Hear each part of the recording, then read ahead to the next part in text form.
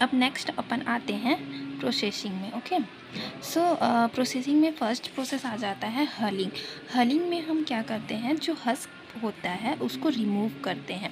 हलिंग percentage अपन कैसे निकालेंगे, total brown rice जब हम हलिंग करते हैं उसके बाद जो टोटल ब्राउन राइस निकलता है और जो हमारा रफ़ राइस होता है उसके परसेंटेज को अपन बोलते हैं हलिंग परसेंटेज। जो रफ़ राइस होता है, जो रफ़ राइस हमारा आफ्टर हार्वेस्टिंग के बाद जो डायरेक्टली राइस निकलता है that is our rough rice.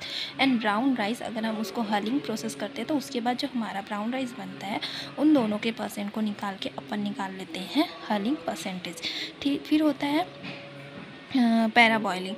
Para boiling क्या होता है, हाइड्रोथर्मल प्रोसेस है। इसमें क्या होता है, राइस को रिकवर करते हैं 60% और ब्रान जो होता है उसमें होता है 20.4%। भूरे चावल को 20, इसका जो प्रोसेस होता है वो होता है जब हमारा जो ब्राउन राइस होता है, जो हमारा ब्राउन राइस निकलता है उसको 24 से 36 घंटे यानी 1 से 1.5 दिन तक हम उसको गर्म पानी में भिगोते हैं। उसके बाद 20 से 30 मिनट तक ड्राई करके कंजर्व करते हैं 15 से 20 मिनट तक। ठीक है, कंजर्वेशन करती हूँ उसको। तो ये क्या करता है, B12 का कंजर्वेशन करता है मेनली। फिर नेक्स्ट प्रोसेस हलिंग फर्स्ट प्रोसेस हो गया, इससे हमें ब्राउन राइस मिल जाएगा। उसके बाद आता है मिलिंग प्रोसेस। मिलिंग प्रोसेस में क्या होता है, जो ब्राउन राइस होता है उसको वाइट किया जाता है। इसमें जो कार्बोहाइड्रेट के अलावा बाकी सब जो होते हैं वो रेड्यूस हो जाते हैं। बाकी सब लाइक जो इसमें और भी मिनरल्स होते हैं वो सारी चीज़ें रेड्यूस हो जाती है।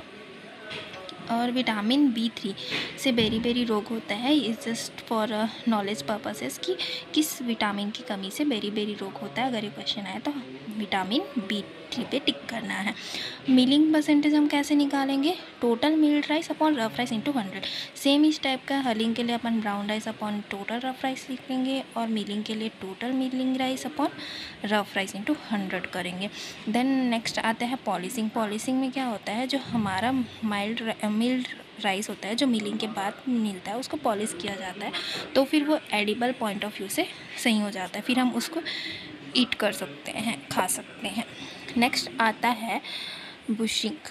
बुशिंग क्या होता है, बुआई के बाद 4 से 6 सप्ताह के बाद स्टैंडिंग वाटर जो होती है वो बुशिंग का जो प्रोसेस होता है वो बुआई के 4 से 6 सप्ताह बाद होता है। और इसमें स्टैंडिंग वाटर जो लेवल होता है वो 15 से 10 सेंटीमीटर तक होता है। हम क्रॉस प्लॉविंग करते हैं। फर्स्टली हम इस तरीके से प्लॉव करते हैं, देन फिर इस तरीके से प्लॉव करते हैं। तो यहाँ पे क्रॉस प्लॉविंग का प्रोसेस होता है। बुशिंग एक तरीके का प्रोसेस ही है। इसका पर्पस मेन जो बुशिंग होता है उसका मेन पर्पस होता है जो वीड है उसको कंट्रोल करना, सॉइल को एरिएट करना, प्लांट पॉपुलेशन को ऑप्टिमाइज़ करना। तो बुआई के बाद हम 4 से 6 सप्ताह बाद करते हैं जब प्लांट छोटे छोटे हाइट के हो जाते हैं। देन नेक्स्ट आता है पडलिंग। पडलिंग क्या होता है, puddling is a process of destruction of soil aggregate by mechanical manipulation. मतलब हम एक इम्प्लीमेंट का यूज़ करके जो सॉइल पार्टिकल्स है उसको तोड़ते हैं छोटे छोटे फॉर्म में, ताकि जो सॉइल है उसकी एरिएशन प्रॉपर हो सके, वो प्रॉपर वाटर एब्जॉर्ब कर सके, ताकि जब हम फिल्म इरिगेशन अप्लाई करें तो वो जो सॉइल है वो ज़्यादा वाटर एब्जॉर्ब नहीं करेगा क्योंकि वो पूरी तरीके से पडल फिल्ड होगा। सो वाटर जो होता है, तो पर्कुलेशन पानी का सॉइल के नीचे फ्लो होता है। ओके, तो यहाँ पर लिखा हुआ है कि पर्कुलेशन क्या होता है और हमारा लीचिंग क्या प्रोसेस होता है। ठीक है, दोनों में डिफरेंस। पर्कुलेशन में क्या होगा, जनरली सिर्फ वाटर नीचे की तरफ आएगा, लेकिन लीचिंग में क्या होता है, ये ऊपर का मिनरल्स को लेके नीचे आता है। Okay, that is the big difference of percolation and leaching.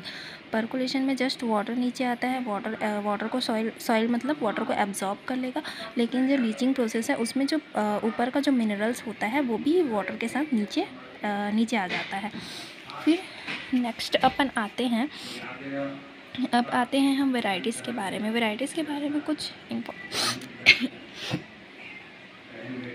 Okay, sorry for disturbance. Varieties के टाइम, वेराइटीज़ में अपन सिर्फ इम्पॉर्टेंट चीज़ें पढ़ेंगे। जैसे वेराइटीज़ में फर्स्ट वेराइटीज़ जो इंडिया में डेवलप हुआ था हाइब्रिड वेराइटी, वो है TN1 जो 1964-65 में डेवलप हुआ था।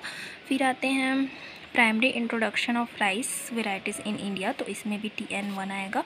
First high yielding dwarf rice variety in India, तो इसमें आएगा अपना IR8 जो 1966 में डेवलप हुआ था। इसे ही मिरेकल राइस ऑफ वर्ल्ड बोला जाता है। फिर आता है first introduced varieties in India. IR8 को first introduced varieties of India बोला जाता है। First rice variety develop in the world है TN1 और इंडिया का है IR8। First semi dwarf high yielding rice variety in India, miracle rice of India बोला जाता है जया को। Semi dwarf high yielding rice variety है जया, जिसे मिरेकल राइस भी बोला जाता है। फिर first semi dwarf basmati rice में आएगा ऊषा। फिर आता है first aromatic rice, hybrid aromatic rice हो गया अपना PRH10। फिर आता है साल्ट टॉलरेंट वेराइटीज़ लुनिश्री जो सॉल्ट टॉलरेंट वेराइटीज़ है। फिर ब्राउन प्लांट हॉपर रेजिस्टेंस है चंद्रा। फिर सेकंड है गाल मित्रा रेजिस्टेंस वेराइटीज़ है फाल्गुना, जो कि आयरन के लिए भी रेजिस्टेंस का काम करता है, आयरन की कमी को वो पूरा करता है। देन फिर आता है स्कैंटन rice variety for sodic soil Yamini. And then last is mutant variety Jagannath